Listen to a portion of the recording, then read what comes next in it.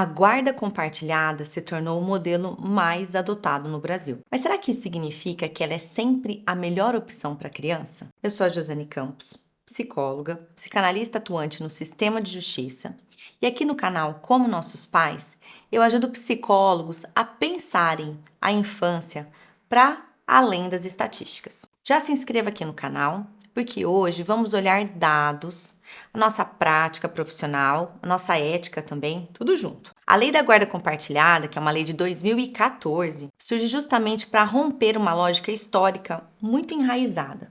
A ideia de que a mãe é naturalmente a cuidadora principal, enquanto o pai ocupa um lugar secundário. Bom, na prática, vemos realidades muito diferentes. Existem pais que desejam participar ativamente da vida dos filhos e encontram resistência por parte das mães, que historicamente foram colocadas nesse lugar exclusivo de cuidado. Mas também existem situações em que o pai não assume sua parte na rotina, nas responsabilidades, nas decisões, e a mãe acaba ficando sobrecarregada, sustentando sozinha o cotidiano da criança. A guarda compartilhada, quando bem compreendida, ela não deveria ser uma disputa de poder, mas um convite a uma reorganização dos papéis parentais. Ela dialoga com transformações sociais importantes, em que a rigidez hierárquica da família tradicional dá lugar a uma divisão mais equilibrada de funções, responsabilidades e presença,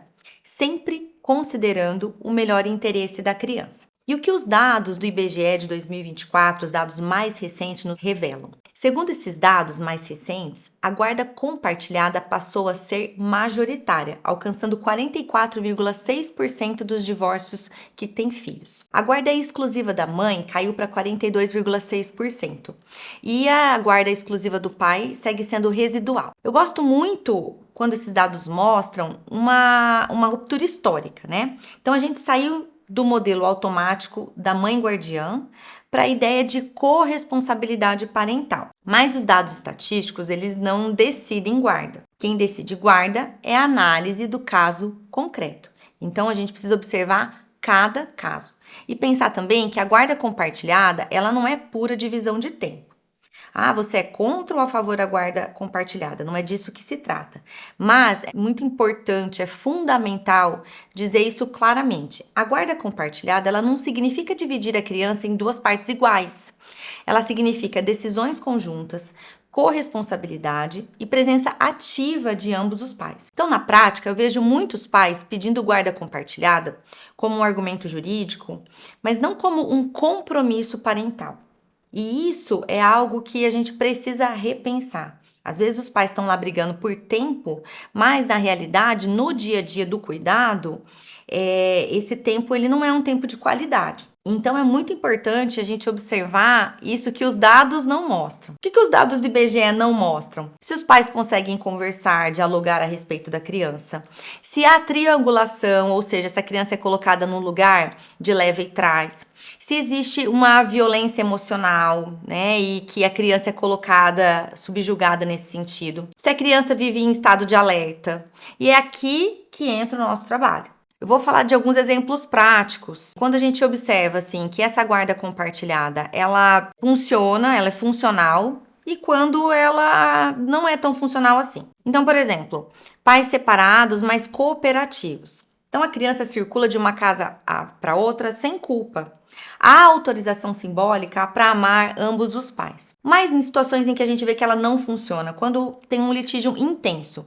Então essas trocas são cheias de tensão.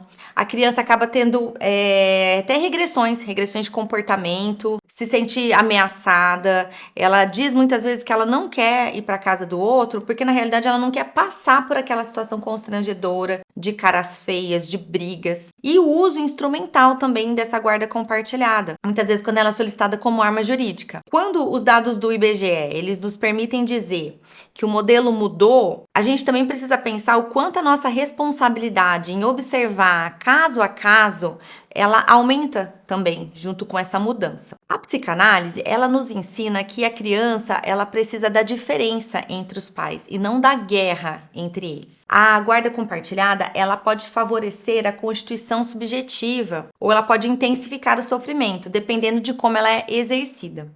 Então, vou falar um pouquinho para os pais aqui. Não façam da criança uma mensageira. Não disputem o afeto dessa criança. Não peçam que ela escolha. Tá? A guarda ela deve servir à criança, não ao ego dos adultos. E, para a gente finalizar aqui, se esse vídeo te ajudou a pensar sobre a guarda com mais profundidade, compartilhe com colegas psicólogos. Decisões mais qualificadas protegem a criança. E até o próximo vídeo.